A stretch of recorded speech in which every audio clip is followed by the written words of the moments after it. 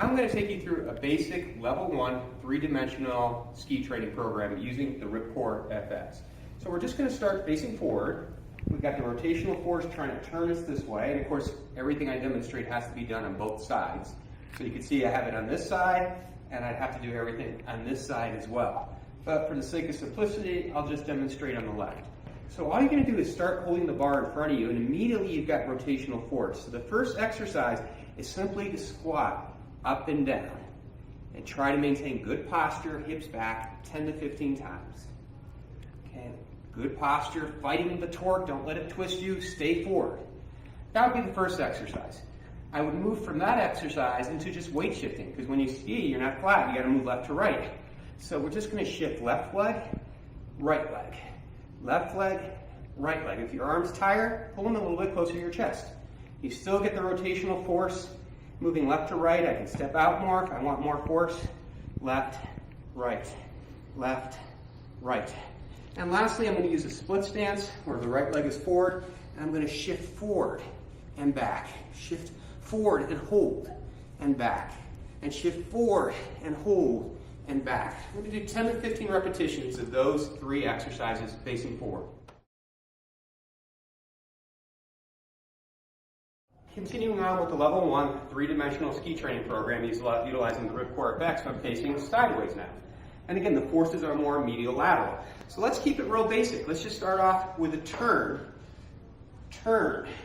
And the force wants to throw me this way. I've got to fight that. Turn. Elbows are slightly bent. Turn. I'm keeping a moderate pace. You can see I'm not rushing it. In time, as I get better control, I can pick up the tempo. But right now, let's try 10 to 15 reps, both directions, of course. I have to face the other way, all the way around, turn your back. I have to do it this way as well, so don't forget, both directions. Okay, so that would be the first exercise. Let's progress now into a little bit more medial lateral motion, like when you're skiing, especially those big gestures. Turn, turn, turn. I should say shift and shift rather than turning. We're just shifting side to side. Shift and shift and shift. See how I absorb with my legs? I get those medial lateral forces. Okay? And the last one facing sideways, let's just add some type of combination where I change my hand grip this way, working my abdominals. I'm going to drop and reach out in front of me. Drop, reach out in front of me.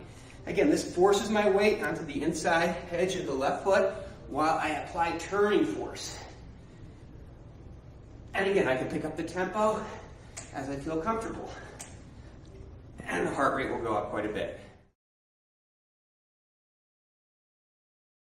The last direction, of course, is facing the tubing. So just to reiterate, I started facing this way the first few exercises. Then I was facing this way.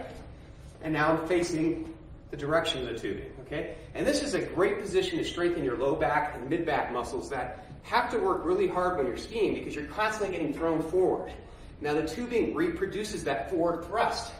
Your job is to hold a nice, straight, neutral posture and then go forward, absorb, and come back. And you can see all I'm doing is rowing, coming forward into a squat. Now the mistake in this exercise is you see people do this. They round their back when they come forward. Bad posture. Same thing when you're skiing. You want good posture. Absorb, bend from the hips. This is an excellent exercise, okay? So that is basically the squat row. The only progression I'm going to add to this one is a back step lunge, where we do the same thing. We go forward, step back, forward, step back, forward, step back. And of course, on the other side, it just looks like this. And then I'm going to step back, step back, step back. Two great exercises to strengthen your low back muscles and your upper body while you're skiing. So now you've completed the level 1 RIP-COREFX three-dimensional training program. You've learned to control rotational forces that are acting on your body. You've started using your muscles in a similar manner you'll use them when you're skiing. So what are some of the key highlight points, okay?